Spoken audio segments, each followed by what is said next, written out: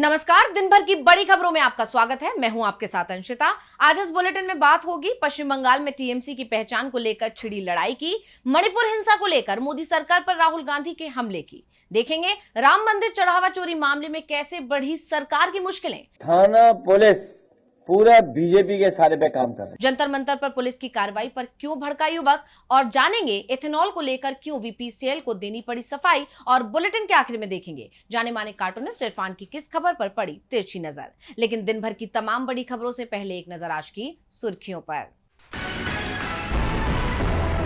राबड़ी देवी ने खाली कर दिया सरकारी आवास। पटना के 10 सर्कुलर रोड स्थित सरकारी आवास को खाली करने का मिला था नोटिस। अभी अपने निजी आवास में शिफ्ट हुए हैं पूर्व सीएम। तमिलनाडु के सीएम विजय ने एआईएडीएमके को फिर दिया झटका। 3 पूर्व मंत्री टीवीके में हुए शामिल। विधानसभा चुनाव में मिली हार के बाद से ही एआईएडीएमके में मची है भगदड़। महाराष्ट्र टीईटी पेपर लीक मामले में 3 और आरोपी हुए गिरफ्तार। लगातार जांच में जुटी पुलिस। 27 जून को लीक हुआ था पेपर। फीफा वर्ल्ड कप 2026 में आज पुर्तगाल और क्रोएशिया का होगा मैच। सुबह 4:30 बजे से टोरंटो स्टेडियम में खेला जाएगा मुकाबला। हारने वाली टीम टूर्नामेंट से हो जाएगी बाहर।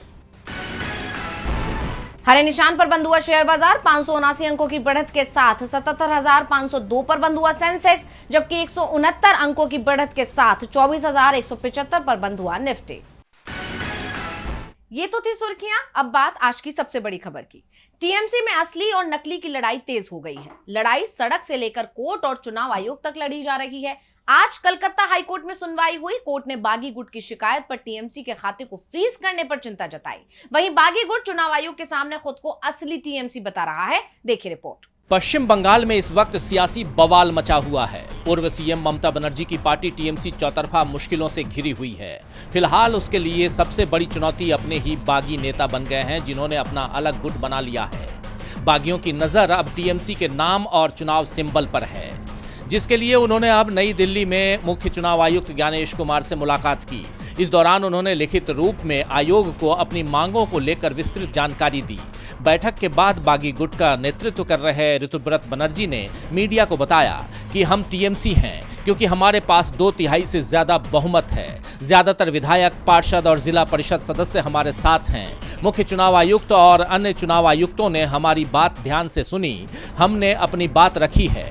हमें उम्मीद है कि चुनाव आयोग जल्द ही हमसे संपर्क करेगा। दरअसल नियम के मुताबिक किसी भी दल के नाम और चुनाव चिन्ह पर दावा करने के लिए केंद्रीय समिति, जिला परिषदों और तहसील स्तर के पूरे संगठन का 2/3 हिस्सा एक तरफ होना अनिवार्य है। और बागी गुट ने इस 2/3 बहुमत के समर्थन का विस्तृत पत्र चुनाव आयोग को सौंप दिया है। लेकिन ममता बनर्जी की पार्टी का कहना है कि जिन पदाधिकारियों के नाम इन्होंने अपने साथ जोड़े हैं वो तो अब भी ममता के साथ ही हैं, यानी बागियों के दावे अब भी सवालों से घिरे हुए हैं। ये तय है कि ममता बनर्जी इतनी आसानी से अपनी पार्टी की पहचान नहीं छोड़ेंगी, यानी ये लड़ाई अभी लंबी चलेगी। इस बीच बागी गुट को कलकत्ता हाईकोर्ट से झटका भी लगा है, जबकि ममता बनर्जी के लिए राहत के संकेत मिल रहे हैं। हाईकोर्ट ने टीएमसी के बैंक खाते फ्रीज किए जाने के मामले में सुनवाई करते हुए जांच एजेंसी की कार्रवाई पर सवाल उठाए हैं। सुनवाई के दौरान टीएमसी की तरफ से पेश सीनियर एडवोकेट किशोर दत्ता और डॉक्टर अभिषेक मनु सिंघवी ने दलील दी है। केवल अस्पष्ट आरोपों के आधार पर पार्टी के 8 बैंक खाते फ्रीज कर दिए गए, जिससे पार्टी की वित्तीय गतिविधियां पूरी तरह से ठप हो गई हैं। एफआईआर सिर्फ उचित संदेह रीजनेबल सस्पिशन पर आधारित है और बीएनएसएस की धारा 106 पुलिस को बैंक खाते फ्रीज करने का अधिकार नहीं देती, जिस पर राज्य की तरफ से पेश सॉलिसिटर जनरल तुषार मेहता ने कहा कि जांच में ऐसे सबूत मिले हैं जिससे पता चलता है कि धन का कथित रूप से दुरुपयोग किया गया है। जिसके बाद कोर्ट ने कहा एफआईआर दर्ज होने के 1 दिन के अंदर खाते फ्रीज करने में दिखाई गई जल्दबाजी चिंता का विषय है। शिकायत सामान्य महसूस होती है, जिसमें न तो कोई ठोस आरोप है और न ही तारीख या नाम का साफ तौर पर जिक्र किया गया है। हालांकि बेंच ने फिलहाल टीएमसी को अंतरिम राहत तो नहीं दी, लेकिन जांच एजेंसी को फ्रीज किए गए खातों की कुल राशि और जांच के दौरान एकत्र किए गए सभी दस्तावेज अदालत के सामने पेश करने का निर्देश जरूर दिया है। मामले की अगली सुनवाई 8 जुलाई को होगी। गौरतलब है कि बागी गुट ने टीएमसी के 440 करोड़ के फंड को लेकर शिकायत दर्ज की थी, वित्तीय हेराफेरी की जांच की मांग की थी, जिस पर तुरंत कार्रवाई करते हुए टीएमसी के बैंक खाते फ्रीज कर दिए गए। लेकिन अब कोर्ट के रुख को देखते हुए ममता बनर्जी को राहत की उम्मीद जताई जा रही है। बहरहाल अब कोर्ट इस पर क्या फैसला करता है ये देखना होगा। टीएमसी में असली नकली की जंग में फैसला किसके हक में जाएगा, चुनाव आयोग किसका साथ देगा और कोर्ट किसके हक में फैसला सुनाएगा, इस पर सभी की नजरें हैं। वैसे नजरें 3 साल से मणिपुर पर भी टिकी हुई हैं। अभी तक राज्य में शांति नहीं आ पाई है। बीजेपी सरकार बुरी तरह से फेल हो गई है और एक बार फिर से जातीय टकराव देखने को मिल रहा है, जिसे लेकर कांग्रेस नेता राहुल गांधी ने सरकार पर तीखा हमला किया है। क्या कुछ कहा है राहुल ने, देखिए रिपोर्ट। मणिपुर के कुकी और नगा समुदायों के बीच जारी जातीय तनाव एक बार फिर हिंसक रूप ले चुका है। 1 जुलाई को कामजोंग जिले में भारत म्यांमार सीमा से लगे गांव में दोनों गुटों के बीच सशस्त्र झड़प हुई। इस हिंसा में 20 से ज्यादा घर आग के हवाले कर दिए गए। कई परिवारों को अपना घर छोड़कर सुरक्षित जगहों की ओर जाना पड़ा। जैसा आप जानते हैं कि नई सरकार बनने के बाद लोगों को उम्मीद थी कि हालात सुधरेंगे। युमनाम खेमचंद ने मुख्यमंत्री पद संभालते ही शांति बहाली का भरोसा दिया था, लेकिन हिंसा की ये नई घटना उन उम्मीदों पर सवाल खड़े करते दिखाई दे रही है। इसी कड़ी में कांग्रेस सांसद राहुल गांधी ने बीजेपी पर बड़ा हमला बोलते हुए एक्स पर पोस्ट किया है। उन्होंने लिखा, मणिपुर सालों से जल रहा है और आज फिर नफरत और हिंसा की आग में 20 घर राख हो गए। 2 सरकारों और राष्ट्रपति शासन के बावजूद संघर्ष गहराता ही जा रहा है। हजारों लोग अपनी जान गंवा चुके हैं, अनगिनत परिवार उजड़ गए हैं। मणिपुर जिस असहनीय पीड़ा से गुजर रहा है उसकी कल्पना भी मुश्किल है। ये मोदी सरकार की उस विभाजनकारी विचारधारा का नतीजा है जो लोगों को धर्म, जाति, भाषा, क्षेत्र और पहचान के नाम पर बांटती है। आज मणिपुर ही नहीं, पूरा देश प्रधानमंत्री से संवेदना के 2 शब्द की भी उम्मीद छोड़ चुका है। कार्रवाई की बात तो दूर गई, मणिपुर बेहतर का हकदार है और इसके लिए भारत जोड़ना ही एकमात्र रास्ता है।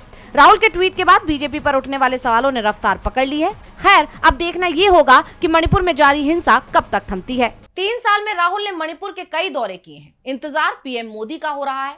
वो मणिपुर जाने की हिम्मत तक नहीं दिखा पा रहे हैं। लेकिन बीजेपी के करीबियों की हिम्मत का कोई जवाब नहीं है। जिन राम के नाम पर वोट मांगकर बीजेपी सत्ता में आई, उसी राम के नाम पर मिले चढ़ावे की लूट हो रही है। बीजेपी के करीबियों ने करोड़ों रुपए लूट लिए हैं। मंदिर के ट्रस्टियों पर चढ़ावा लूट के आरोप लग रहे हैं, लेकिन पुलिस कार्रवाई नहीं कर पा रही है, जिसके चलते अयोध्या में बवाल मचा हुआ है। देखिए रिपोर्ट। राम मंदिर चढ़ावे में कथित वित्तीय अनियमितताओं और चोरी के आरोपों का मामला अब लगातार तूल पकड़ता जा रहा है। जैसी जैसी जांच आगे बढ़ रही है, वैसे वैसे विपक्ष केंद्र सरकार और ट्रस्ट की कार्यप्रणाली पर सवाल उठा रहा है। वहीं जांच एजेंसियां हिरासत में लिए गए आरोपियों से पूछताछ कर रही हैं। इसी बीच कई नए दावे सामने आने से सियासी माहौल भी गर्मा गया है। वहीं इस पूरे विवाद में एक नया मोड़ तब आया जब फैजाबाद बार एसोसिएशन के कुछ सदस्यों ने ट्रस्ट से जुड़े चंपत राय, अनिल मिश्रा और गोपाल राव के खिलाफ एफआईआर दर्ज करने की मांग करते हुए पुलिस को शिकायत सौंपी। उधर कांग्रेस ने भी इस मुद्दे को लेकर केंद्र सरकार पर निशाना साधा है। कांग्रेस महासचिव केसी वेणुगोपाल ने पीएम मोदी को पत्र लिखकर पूरे मामले की जांच सुप्रीम कोर्ट की निगरानी में किसी स्वतंत्र और उच्च स्तरीय एजेंसी से कराने की मांग की है। अपने पत्र में केसी वेणुगोपाल ने आरोप लगाया कि मंदिर के चढ़ावे में कथित गबन और वित्तीय अनियमितताओं ने करोड़ों लोगों की आस्था को ठेस पहुंचाई है। उन्होंने दावा किया कि शुरुआती जांच में ऐसे संकेत मिले हैं जिसने एक संगठित गिरोह के सक्रिय होने और निगरानी व्यवस्था में गंभीर खामियों की बात सामने आती है। नकदी की गिनती करने वाले कुछ कर्मचारियों ने निगरानी व्यवस्था को दरकिनार करते हुए नकदी और बहुमूल्य आभूषणों की कथित चोरी की। कथित साजिश से जुड़े सबूत मिटाने के उद्देश्य से कई महीनों की सीसीटीवी फुटेज नष्ट कर दी गई। वेणुगोपाल के अलावा सपा प्रमुख अखिलेश यादव ने बीजेपी पर बड़ा आरोप लगाते हुए कहा, मर्यादा का पहला नाम प्रभु श्री राम और दूसरा नाम संविधान। आस्था, मर्यादा और श्रद्धा से खिलवाड़ की है और अब संविधान और लोकतंत्र से भी सरकार खिलवाड़ करने की तैयारी कर रही है।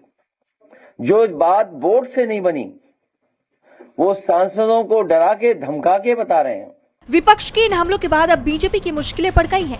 खैर, अब देखना ये होगा कि राम मंदिर चढ़ावा चोरी मामले का पूरा सच कब तक सामने आता है। चढ़ावा चोरी मामले में चंपत राय के साथ पीएम मोदी भी मुश्किल में घिरते दिख रहे हैं, क्योंकि आरोप उनके करीबियों पर भी लग रहे हैं। वहीं जंतर मंतर पर कॉकरोचों के आंदोलन ने भी मोदी सरकार की नींद उड़ा दी है। आंदोलनकारियों के खिलाफ दमन की कार्रवाई भी शुरू हो गई है।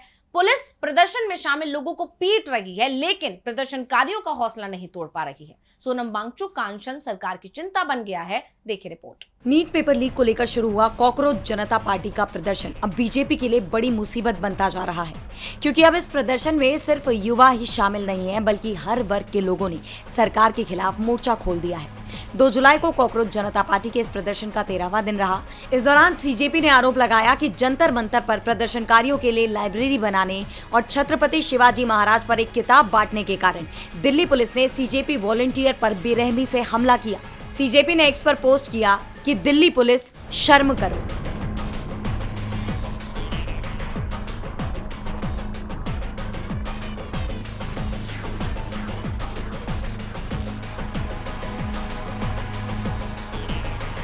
युवाओं के इस प्रदर्शन के बीच सोशल एक्टिविस्ट सोनम वांगचुक ने भी बीजेपी की मुश्किलें बढ़ाई हुई हैं। उनके आमरण अनशन का आज 5वां दिन रहा। इस दौरान खबर है कि उनका शुगर लेवल काफी कम हो गया। वांगचुक की पत्नी गीतांजलि भी जंतर मंतर पहुंची। इसके अलावा भाकपा माले के राष्ट्रीय महासचिव दीपांकर भट्टाचार्य ने भी इस प्रदर्शन में भाग लेकर युवाओं का हौसला बढ़ाया। आपको याद होगा कि बीते दिन इस प्रदर्शन में राजनीतिक कार्यकर्ता योगेंद्र यादव और टीएमसी सांसद सागरिका घोष भी पहुंचे थे। कुल मिलाकर देखा जाए तो जैसे जैसे अलग अलग सार्वजनिक हस्तियां और विपक्षी नेता इस मंच पर पहुंच रहे हैं, वैसे वैसे सरकार पर दबाव भी बढ़ता दिखाई दे रहा है। वांगचुक के अनशन से मोदी सरकार दबाव में दिखाई दे रही है, तो इसका फायदा सहयोगी भी उठाने को तैयार दिखाई दे रहे हैं। जेडीयू की तरफ से बड़ी डिमांड कर दी गई है। नीतीश कुमार को डिप्टी पीएम बनाए जाने की मांग की है, लेकिन शाह को यह मंजूर नहीं है, जिसके चलते बीजेपी और जेडीयू अब आमने सामने आ गए हैं। बिहार में 20 साल तक सीएम पद संभालने वाले नीतीश कुमार ने करीब 2 महीने पहले ही सीएम पद छोड़ा था। हालांकि दावे किए जा रहे हैं कि उन्होंने पद बीजेपी के दबाव में छोड़ा। इसके साथ ही बीजेपी की तरफ से नीतीश को डिप्टी पीएम बनाने का ऑफर भी दिया गया था, लेकिन अब बीजेपी अपने वादे से मुकर रही है। दावा किया जा रहा है कि बीजेपी नीतीश को बड़ा झटका देने की तैयारी में है और इसकी वजह है केंद्रीय गृह मंत्री अमित शाह, क्योंकि उन्होंने नीतीश की राह में पीठ चढ़ा दिया है, क्योंकि वो खुद डिप्टी पीएम की कुर्सी पर नजर गड़ा रहे हैं। इस बात का संकेत शिवसेना उद्धव गुट के चीफ उद्धव ठाकरे ने दिए थे। उन्होंने कहा था कि महाराष्ट्र में ऑपरेशन टाइगर नहीं बल्कि ऑपरेशन देवेंद्र चल रहा है। मौका मिलते ही फडणवीस को पूरी तरह से किनारे लगाने का प्लान तैयार कर लिया गया है। ऐसे आरोप अमित शाह पर लगते ही हैं कि वो जिस भी नेता को आगे बढ़ते देखते हैं उसको किनारे लगा देते हैं। इस बयान के बाद जेडीयू के अंदर भी नाराजगी देखी जा रही है। नाराज जेडीयू की तरफ से कहा जा रहा है कि नीतीश केंद्र में मंत्री भी नहीं बनेंगे, यानी नीतीश और शाह दोनों आमने सामने आ गए हैं, जिसके चलते मुश्किल में फंस गए हैं मोदी, क्योंकि खतरे में उनकी ही कुर्सी है। ना वो नीतीश को नाराज कर सकते हैं और ना ही अमित शाह को। नीतीश ने नजर टेढ़ी की तब भी मोदी की कुर्सी खतरे में पड़ जाएगी और अमित शाह के तेवर तल्ख हुए तब भी मोदी की कुर्सी ही नहीं पूरी बीजेपी की कमान ही उनके हाथ से जा सकती है, क्योंकि ये तो हर कोई जानता है कि अमित शाह का बीजेपी संगठन में जबरदस्त दबदबा है। उन्हें तोड़फोड़ में माहिर माना जाता है। जितने भी राज्यों में तोड़फोड़ की है बीजेपी ने, उसके पीछे अमित शाह की ही प्लानिंग है। ताजा उदाहरण तो पश्चिम बंगाल ही है। कैसी ममता बनर्जी की पार्टी ही उनसे छीनने की प्लानिंग कर ली, यानी मोदी नीतीश और शाह के बीच में पिस रहे हैं। इन सबके बीच जेडीयू की मांग को चिंगारी दे दी है आरजेडी ने।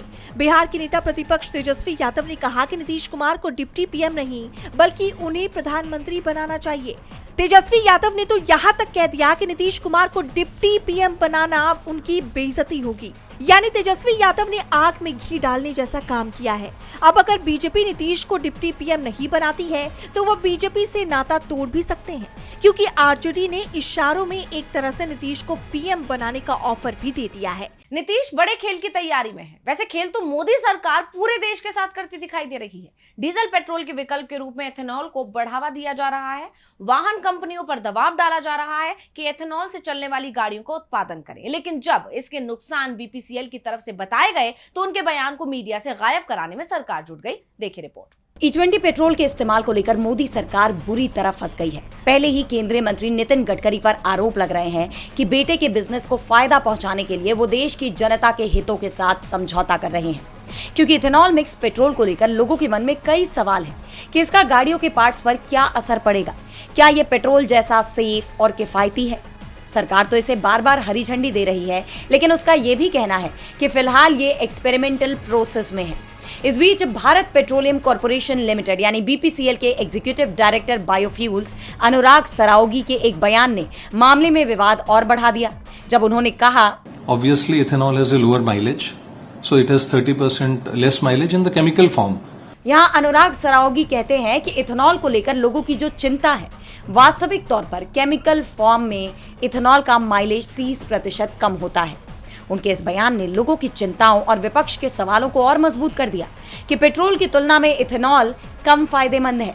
लेकिन बवाल तो तब मचा जब उनका ये बयान ANI के चैनल से डिलीट करवा दिया गया। ये आरोप कांग्रेस की तरफ से लगाए गए हैं, साथ ही सरकार से इस पर सवाल भी पूछे गए कि आखिर क्यों उन्हें इस तरह का कदम उठाना पड़ा। इसे लेकर इंडियन यूथ कांग्रेस के अध्यक्ष उदय भानु चिब ने केंद्रीय मंत्री नितिन गडकरी पर तंज कसते हुए सवाल किया कि इथेनॉल का माइलेज 30% कम होता है। ये कहना है भारत पेट्रोलियम के एग्जीक्यूटिव डायरेक्टर अनुराग सरावगी का। लेकिन अब ये बयान ANI से डिलीट करवा दिया गया है।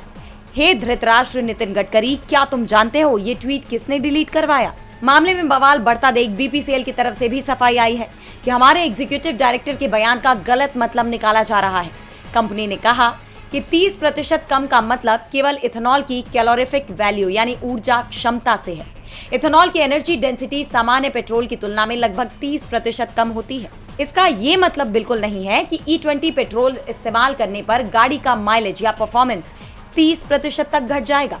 इसे लेकर PIB की तरफ से भी पोस्ट किया गया है, लेकिन सवाल ये है कि आखिर BPCL के एग्जीक्यूटिव डायरेक्टर का बयान ANI से डिलीट क्यों करवाया गया।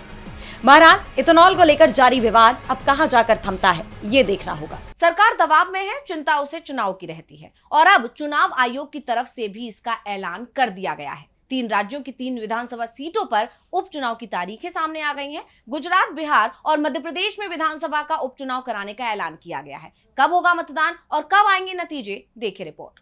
चुनाव आयोग ने बिहार, मध्य प्रदेश और गुजरात की 3 विधानसभा सीटों पर उपचुनाव कराने के लिए चुनाव कार्यक्रम की घोषणा कर दी है, जिसके तहत 30 जुलाई को मतदान कराया जाएगा और 3 अगस्त को वोटों की गिनती की जाएगी। चुनाव आयोग के जारी कार्यक्रम के मुताबिक उपचुनाव के लिए 6 जुलाई को गजट अधिसूचना जारी होगी। इसी दिन से नामांकन दाखिल करने की प्रक्रिया भी शुरू हो जाएगी। उम्मीदवार 13 जुलाई तक अपने नामांकन पत्र दाखिल कर सकेंगे। इसके बाद 14 जुलाई को नामांकन पत्रों की जांच होगी और 16 जुलाई तक उम्मीदवार अपना नाम वापस ले सकेंगे।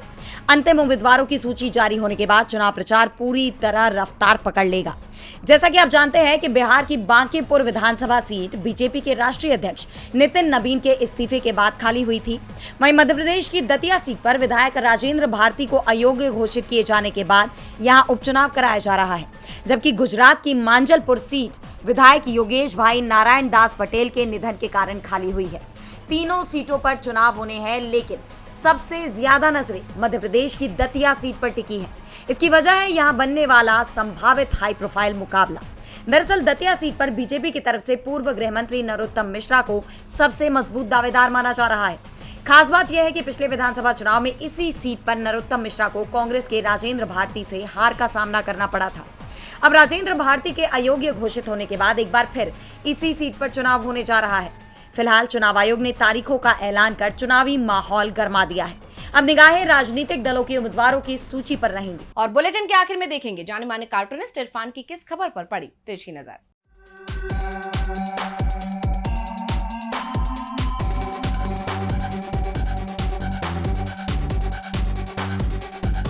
देश के विकास में 2014 के बाद में जिन जिन हस्तियों ने मोदी जी की सेवा की, मोदी जी ने उनको भरपूर मेवा दिया। पूर्व चुनाव आयुक्त राजीव कुमार को HDFC का चेयरमैन बना दिया गया। हो सकता है किसी दिन ज्ञानेश कुमार जी हमारे देश के राष्ट्रपति हों, क्योंकि सेवा तो उन्होंने भी बहुत ज़्यादा की है। अब HDFC बैंक में इस बात को लेकर के फिलहाल हड़कंप मचा हुआ है कि भाई ये राजीव कुमार, इनके बारे में चर्चा तो सभी को पता है कि वो उनकी क्या क्या कलाकारियाँ होती हैं। ये HDFC में चेयरमैन क्यों बना दिए गए? निवेशकों में हड़कंप मचा हुआ और सोचने में लगे हुए हैं कि वो आखिर क्या करें, क्योंकि EVM से अब वो ATM की तरफ क्या अपनी कारनामे दिखाएंगे, ये तो आने वाला समय ही बताएगा।